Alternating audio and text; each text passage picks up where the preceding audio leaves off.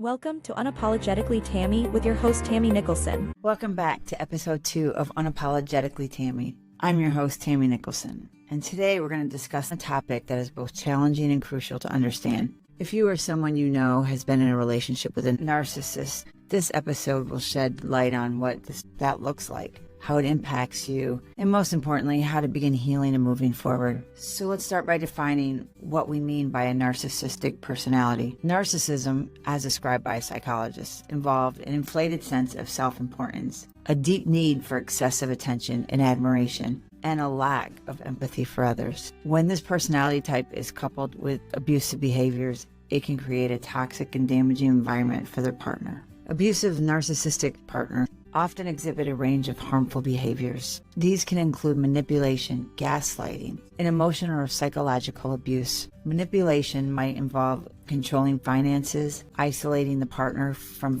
friends and family, or using the guilt and fear as tools to maintain power. Gaslighting, on the other hand, involves making the partner doubt their own perception of sanity, effectively destabilizing their sense of reality. It's important to recognize that the abuse isn't always physical. Emotional and psychological abuse can be just as damaging, if not more so, because it undermines a person's self-esteem and sense of worth over time. Victims may find themselves constantly second-guessing their actions or feeling like they're always at fault. As a lot of you know, I was married to a sociopathic narcissist that abused me to the extreme, not just physically, but emotionally, psychologically, financially. He was just awful. But if I go back to the beginning, I would tell you that I thought I had met my person. He was perfect. He was everything that I thought I'd waited for my whole life. And then one day he wasn't. And I think in the beginning, the signs were there a lot more as far as like when I began to really accept that something just wasn't quite right. But he was good. He knew all the right things to say and do, and just sucked me into who he wanted me to think he was. And, you know, within a year we had a child, and he had done just awful things. He wouldn't pay any bills, even though he had his own money. He would sit and watch me pay for every single thing. Bills. I remember going while pregnant, we went to the baby store for all the gear, and he never ever reached into his pocket to pay for anything. At my doctor's appointments, he didn't cover any of the expenses. I don't know. I went with it. And I think for me, I let him really suck me in even further just because I was pregnant. And then he started doing these things like disappearing for days and days at a time. And I would say, "Where were you?" And he's like, "I was raised to never give out my location." I don't think that, applies to the person you're in a relationship with, but okay. So when he wouldn't answer his phone, and he would just torment me.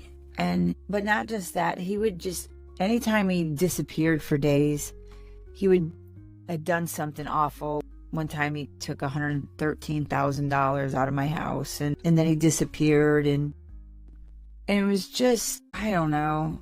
I don't understand why I stayed for so long, and I allowed it, but I did. And a big part of it was when he would return, he would be really great, and then it was easy to forgive him because he would have a way of making you think that whatever reason he was gone, it was your fault. And little by little, you find yourself walking on eggshells and afraid to say certain words because it could trigger him, or use a certain tone. He used to say, "Well, look at how you talk to me," and I didn't talk to you any certain way. He would always just have an excuse, and he would always have another woman like on the back burner, even though he would claim that, they were just friends or it was one of the employees.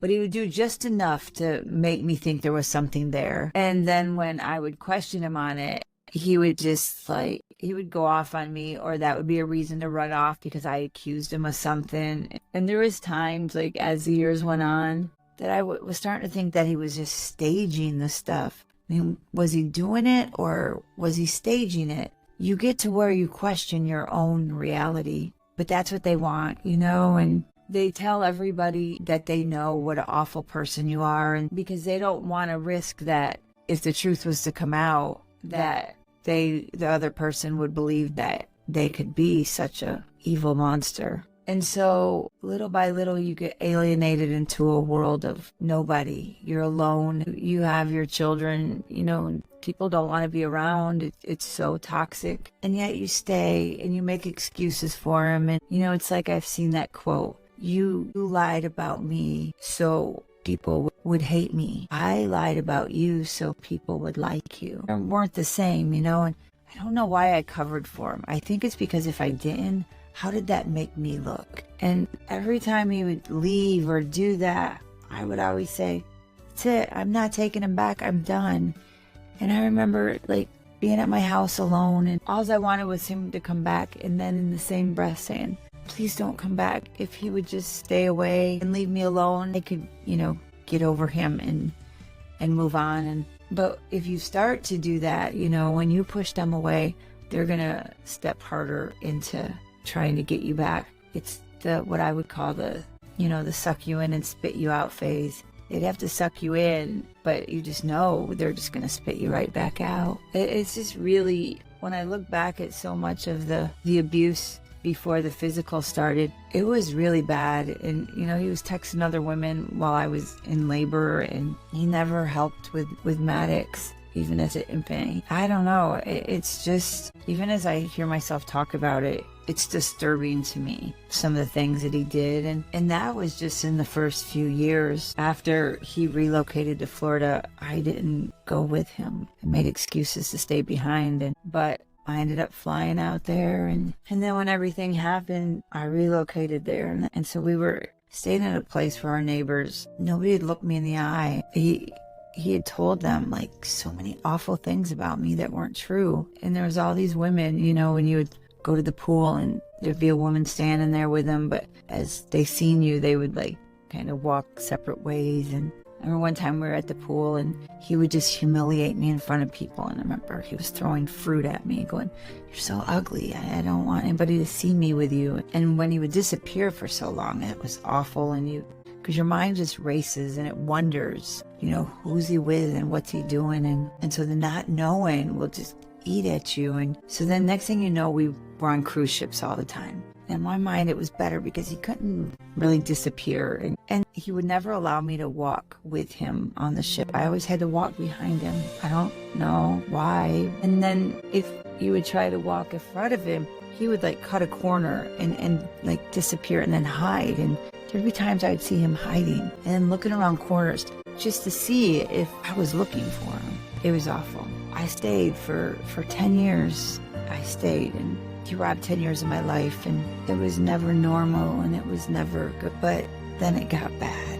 It got even worse, It crossed into, as he was sensing that I was done and I was trying to make an escape plan, and I had a women's group helping me, and then the physical abuse started, and it was pretty bad. And it escalated to a point of he had a love of money, and we were successful, and he did like to spend money, but he didn't want to work for it. I was the one out working, but yeah, he thought everything was his, and so he was selling things behind my back. And he had sold one of the boats, and he was required to give me half of it. And so needless to say, I got in a vehicle with him that day.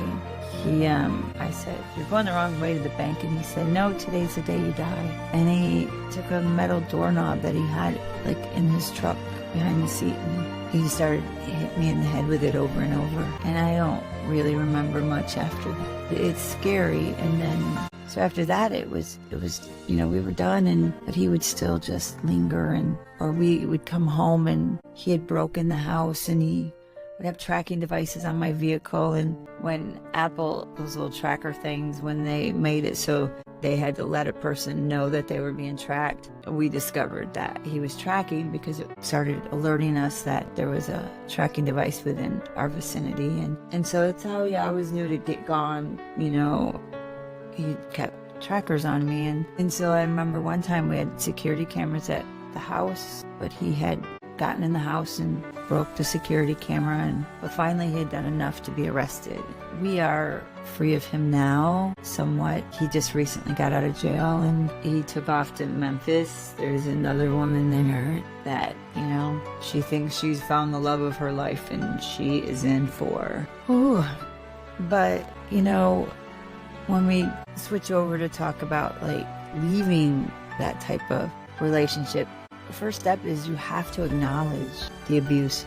And you have to understand that it's not your fault. I would constantly be like, maybe if I hadn't got mad at him for this, or if I just hadn't said anything about that thing that he was doing or this and that, then it didn't matter. It wasn't my fault. And I didn't deserve any of it. And you know, narcissistic abuse, it leaves deep, deep emotional scars. But it's crucial to validate your own experiences and seek support. And that's what I'm hoping this episode does. You know, and finding a support network is essential. It could include friends, family, a support group, or those who just have experienced it also. I didn't have any friends, and I had my children, and so that's probably my circle. I've tried to date, and I'm too afraid.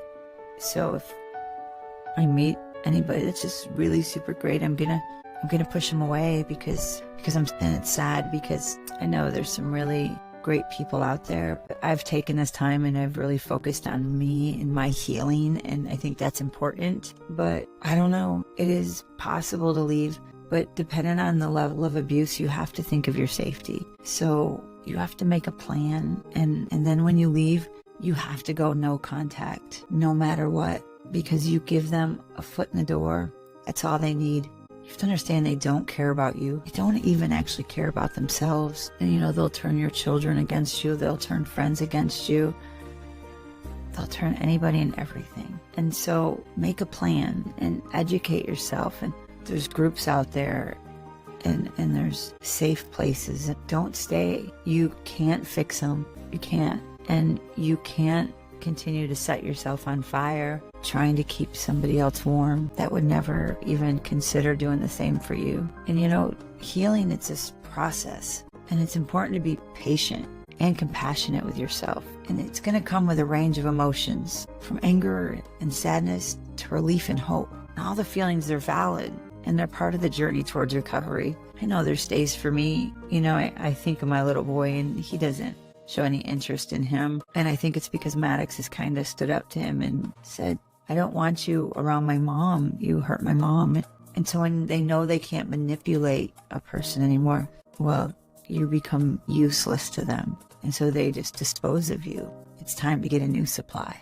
And so that's where, like, the range of emotions for me, there's times that I'm sad for my little boy.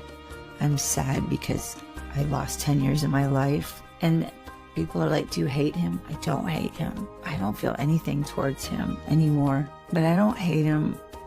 If anything, I have a sadness for him to feel so empty in his life that he only gets happiness from hurting others.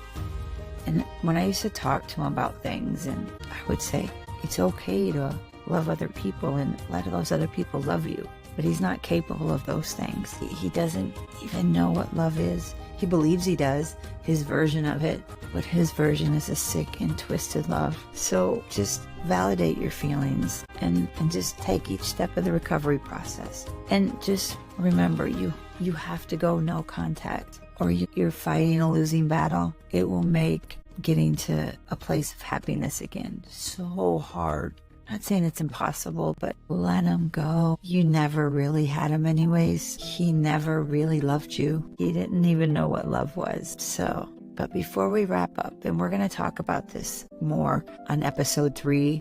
So this is just kind of an intro for this topic, because I think this topic needs more than just one episode. And I'm going to bring in a guest for episode 3 to talk more about it with us.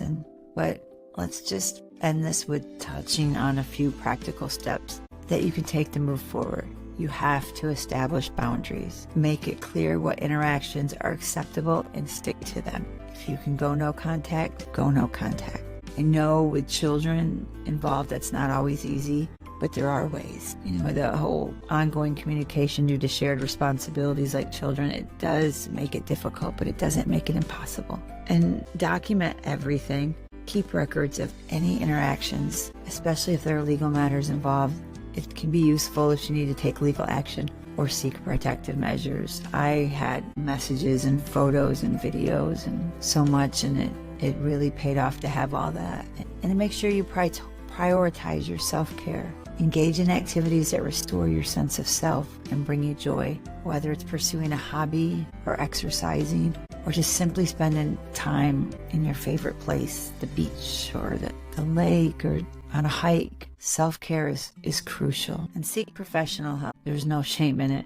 Therapy can provide a safe space to work through the trauma and start building a new path forward. Remember, you are not alone, and there is support available to help you through this. Healing from narcissistic abuse is entirely possible, and it's important to believe in your own strengths and resilience. You got this. You are stronger than the evil that's trying to destroy you, and you deserve better, and you deserve happiness. So thank you for joining me today on Unapologetically Tami. And if you found this episode helpful, go ahead and consider subscribing, sharing, and even leaving a review. Your feedback will help others find the support they need. But until next time, take care of yourself, take care of each other. This is Tami Nicholson, wishing you strength and healing on your journey.